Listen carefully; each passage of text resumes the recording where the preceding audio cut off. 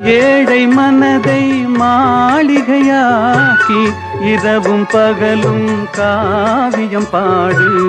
நாளை பொழுதை இறைவனு கழித்து நடக்கும் வாழ்வில் அமைதியை தேடு.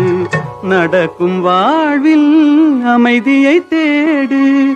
உனக்கும் கீழே உள்ளவர் கோடி, நினைத்து பார்த்து நிம்மதி நாடு. Download ShareChat.